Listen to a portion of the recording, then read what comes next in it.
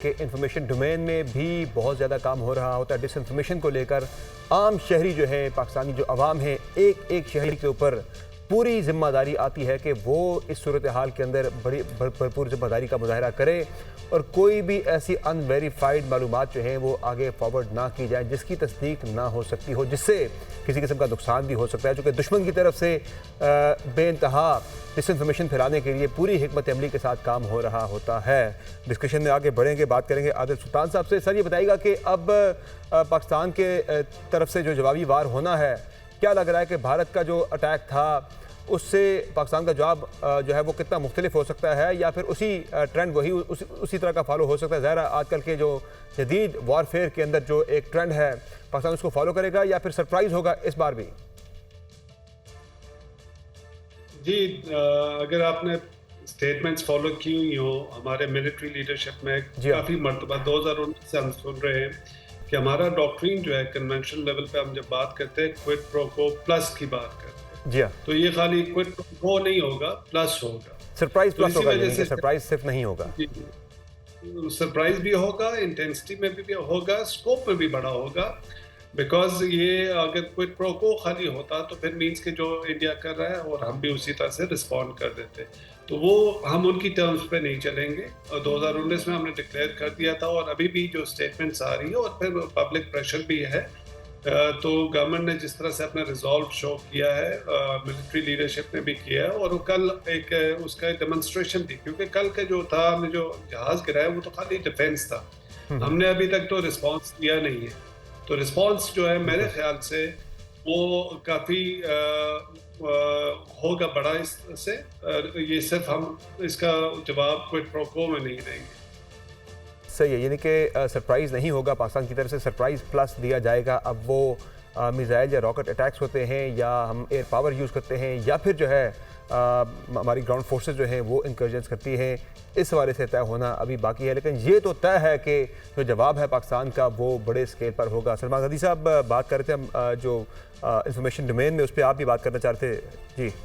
دیکھیں، بات یہ کہ یہ جو انفارمیشن ہوتی ہے یہ اعتماد اور اطمینان کا ذریعہ ہوتی ہے، اور ڈس انفارمیشن ہمیشہ کنفیوژن طاری کرتی ہے، انتشار اور خلفشار بڑھتا ہے، اور وہ جو نفسیاتی جنگ ایک مضمون ہم پڑھا کرتے تھے، اس میں اس طرح کی کیفیت کے اندر دشمن یہ حربہ اختیار کرتا ہے۔ جیسے آج لاہور کے اندر ڈپٹی کمشنر کی طرف سے ایک نوٹیفیکیشن جاری کر دیا گیا جس کی انہیں وضاحت کرنی پڑی ہے۔ دیکھیں، بات یہ کہ اس میں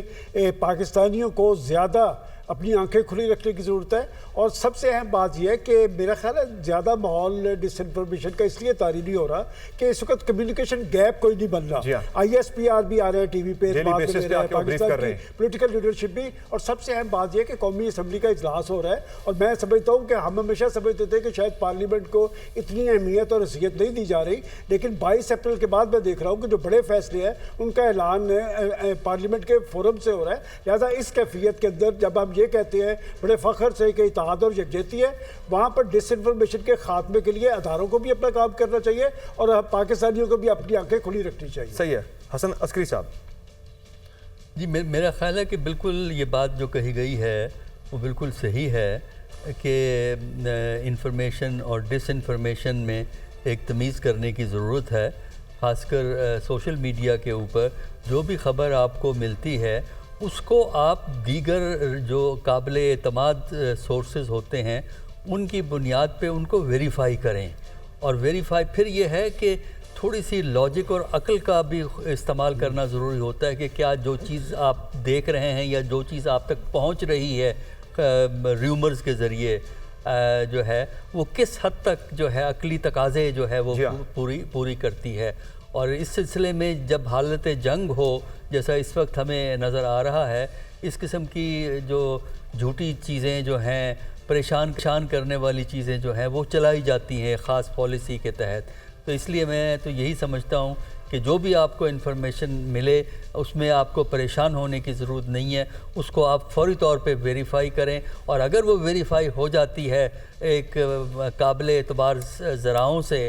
تب آپ اس پہ یقین کریں اور تب آپ اس کو آگے بھیجنے کی کوشش کریں، ورنہ جب تک ویریفائی چیز نہیں ہوتی اور اس کا صحیح ثابت نہیں ہوتی اس پہ نہ آپ یقین کریں، نہ اس کو آگے چلائیں، کیونکہ غلط خبر کو آگے چلانا بھی جو ہے وہ ملکی مفاد کو نقصان پہنچانے کے مترادف۔ صحیح ہے۔ اسی دوران ایئر مارشل ریٹائرڈ عامر مسعود صاحب نے بھی جوائن کیا ہے ٹرانسمیشن میں۔ سر بہت شکریہ آپ کو، آپ نے ٹرانسمیشن میں جوائن کیا۔ سر یہ بتائیں کہ آپ کی نظر میں آج جو ڈرون سٹرائکس کی گئی ہیں بھارت کی طرف سے، جو کہ ناکام ہو گئی تقریباً، کیا اس کا مقصد ہو سکتا ہے اور پاکستان کا اس پہ جوابی رد عمل کیا ہونا چاہیے؟ جی بالکل، اس سے پہلے کہ میں اس کا جواب دوں، یہ جو ابھی آپ نے سوال پوچھا تھا، میں صرف 1 منٹ لوں گا اس مس انفارمیشن کے متعلق۔ دیکھیں، جو ایک بڑی مشہور سیئنگ ہے کہ the first casualty in war is the truth، تو وہ چیز آپ ہر ایک کو یاد رکھنی چاہیے۔ اور یہ مس انفارمیشن ایز اے ٹول اس کو ویپنائز کیا گیا ہے ہمیشہ۔ اور پچھلے پلوامہ میں بھی اگر آپ دیکھیں تو ہم نے جو اپنی ایک بیٹل لیول پہ ایک وکٹری حاصل کی مس انفارمیشن کی وجہ سے، کہ جو ہے ابھی نندن نے ایک جہاز گرا دیا، اور موڈی کا جو انہوں نے بڑے متحرک طریقے سے ایک انفارمیشن آپریشنز کیری آؤٹ کیا، اس کے بعد موڈی نے اپنے پولیٹیکل آبجیکٹیوز اچیو کر لیے اور وہ الیکشنز جیت گیا۔ سو یہ چیزیں جو ہیں ہمیں حقائق کا پتہ ہونا چاہیے، لیکن ابھی ورلڈ اکنامک فورم کی طرف سے جو رپورٹ آئی ہے اس میں انہوں نے جو 2 امپورٹنٹ تھریٹس کہے ہیں in future for the world, ایک تو کلائمیٹ چینج ہے، دوسرا AI بیسڈ فیک نیوز ہے۔ تو یہ چیزیں ایک عام شہری کے لیے ویریفائی کرنا کوئی آسان نہیں ہے۔ ہمارے پاس وہ ٹولز اور ٹیکنیک ضرور ہونی چاہیے ایٹ ریاست کے لیول پہ اور اسٹیٹ کے لیول پہ، کہ ہم ان کو کاؤنٹر کر سکیں۔ اور اس کا سب سے بڑا اور آئی وڈ سے سب سے بہتر کاؤنٹر یہ ہے کہ ہماری آواز ایک ہونی چاہیے، لیڈرشپ کی بھی، ملٹری کی بھی اور عوام کی بھی۔ جب ان کے خیالات اور ان کا جو ہے آبجیکٹیوز ایک ہیں تو یہ مس انفارمیشن جو ہے وہ بیچ میں ویج کریٹ نہیں کر سکتی۔ سو دس از ون تھنگ۔ دوسرا جو آپ نے ڈرونز کا پوچھا، وہ دیکھیں چونکہ انہوں نے ایک مارکا کیا اپنی ایئر فورس کا، ہماری ایئر فورس کے ساتھ، اور انہوں نے اس کے جو نتائج دیکھے اس میں انہیں نقصان اٹھانا پڑا، اور بہت امپورٹنٹ ٹیکنالوجی جو تھی ان کی وہ ہٹ ہوئی، اور ان کو یہ اندازہ ہوا کہ یہ جو ہم نے ایک طلسم بنایا ہوا تھا رافیل کا، وہ اتنا مضبوط نہیں تھا یا اس طرح سے نہیں تھا کہ وہ ایک کریٹ کر سکے امپیکٹ پاکستان پہ یا پاکستان ایئر فورس پہ۔ اور اس کے بعد انہوں نے اس نقصان کے بعد یہ فیصلہ کیا کہ ہم نے اپنے پائلٹس کو اور اپنی ایئر فورس کے یہ جو مہنگے طیارے ہیں ان کو ہارمز وے میں، جیسے کہتے ہیں کہ ان کو بیٹل میں سامنے نہیں لے کے آنا۔ تو اس کا جو دوسرا تھا وہ یہی تھا کہ ڈرونز کا استعمال کیا جائے، اور ڈرونز انڈیا کے پاس بہت سارے موجود ہیں۔ اسرائیل نے ان کی اس معاملے میں بہت سپورٹ کی ہے، ان کی ٹریننگ بھی کی ہے، اور ان کے پاس ہر طرح کے ہر ٹائپس کے ڈرونز موجود ہیں، سرویلنس سے لے کر کامیکازی ڈرونز تک۔ تو اس کا وہ استعمال انہوں نے کرنا تھا، اور پہلے بھی کرتے رہے ہیں وہ پیس ٹائم میں بھی ان ڈفرینٹ موڈز۔ تو آج جو نظر آ رہا ہے اس کے میرے خیال میں یہ 2 آبجیکٹیوز ہی ہیں۔ ایک تو یہ کہ وہ اپنی ایئر فورس کو پوری طرح سے استعمال اب نہیں کریں گے اور پیچھے رکھیں گے،